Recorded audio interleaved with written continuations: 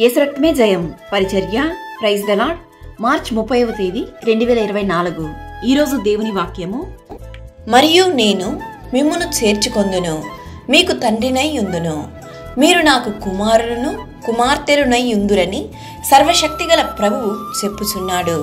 కొరింథీయులకు రాసిన 2వ పత్రిక 6వ అధ్యాయం 18వ వాక్యము. క్రీస్తునందు ప్రియులారా, అందరూ మిమ్మును చేయి విడిచిన చేయి విడువని దేవుడు నేను మిమ్మల్ని చేర్చుకొని మీకు తండ్రినై యుందును అని ఈ వాక్యం ద్వారా మనతో మాట్లాడుతున్నాడు. దేవుడు బలహీనుల వైపే ఉంటాడు. మనము జీవము గల దేవుని ఆలయమై ఉన్నాము. అందుకు దేవుడు ఇలాగూ సెలవిచ్చుచున్నాడు, నేను వారిలో నివసించి సంచరింతును, నేను వారి దేవుడునై యుందును, వారు నా ప్రజలై యుందురు. కావున మీరు వారి మధ్య నుండి బయలు వెడలి ప్రత్యేకముగా ఉండుడి, అపవిత్రమైన దానిని ముట్టకూడదని ప్రభువు చెప్పుచున్నాడు. దయగల వారి ఎడల దయ చూపించే దేవుడు నీవు దరిద్రపు స్థితిలో ఉంటే ఎందుకు నిన్ను విడిచిపెడతాడు?